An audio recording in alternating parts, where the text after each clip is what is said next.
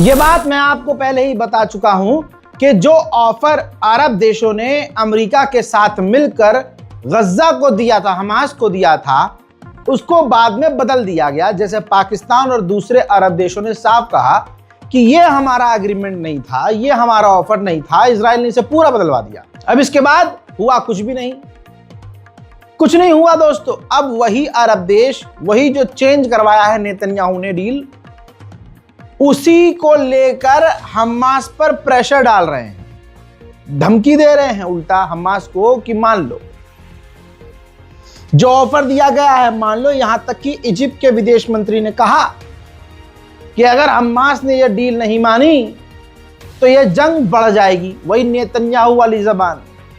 Egypt ने कहा कि हम यानी तुर्की, इजिप्ट और कतर बार बार हमास से इस डील को लेकर मीटिंग कर रहे हैं, बात नहीं बनी तो उल्टा हमास को धमकी दी जा रही है अरब देशों के द्वारा कि ये जंग बढ़ जाएगी। उधर इजिप्ट ने हमास को ही झटका देते हुए यह भी कह दिया कि गज्जा के फ्यूचर में, भविष्य में हमास का कोई रोल नहीं है। फ्रांस के विदेश मंत्री ने कहा कि हमास हार चुका है, लिहाजा हमास हथियार डाल दे और खुद ही सरेंडर कर दे।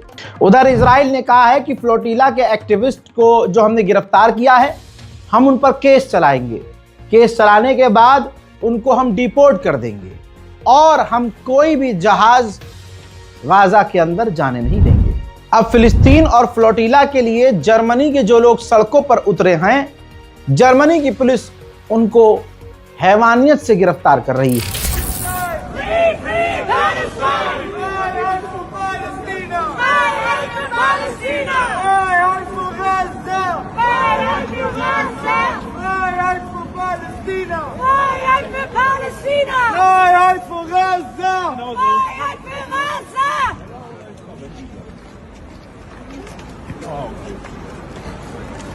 Richtig, ich hab's schon gehört. So zur Seite. Ja, sie ist ja auch schneller gelaufen auf einmal. Ja, dann geht's zur Seite. उधर फीफा के जो मास्टर हैं, हेड हैं, सेक्रेटरी, उन्होंने कहा है कि हम किसी पर पाबंदी लगाकर जियोपॉलिटिक्स सॉल्व नहीं कर सकते, यानी एक तरह से इजराइल पर बैन लगाने से इनकार कर दिया। यही फीफा है जिसने अभी कुछ साल पहले रूस पर पाबंदी लगाई थी। तो इन झटकुल्लों से ये पूछो कोई कि भाई जब जियोपॉलिटिक्स तुम सॉल्व नहीं कर सकते तो तुमने रशिया पर बैन कैसे लगाया था। WHO ने कहा कि गाजा में 40,000 ऐसे लोग हैं, बच्चे, बूढ़े, महिलाएं हैं, जिनकी अब जिंदगी पूरी तरह से बदल जाएगी। उनकी जिंदगी अब पहले जैसी कभी नहीं हो सकती। यानी 40,000 ऐसे लोग हैं जिनके मतलब जो अपंग हो चुके हैं, अपाहिज हो चुके हैं, किसी का पैर नहीं है, किसी का हाथ नहीं है, किसी की आंख नहीं है। 40,000 ऐसे लोग हैं गाजा में। इजराइल ने गाजा के अंदर से एक डॉक्टर को किडनैप किया, फिर 2 महीने बाद उन्हीं की डॉक्टर की बेटी थी जो नर्स थी, उसको भी अब किडनैप कर लिया। उधर बचे कुचे टावर्स को, बिल्डिंग्स को, इमारतों को इजराइल रोज की तरह तबाह कर रहा है।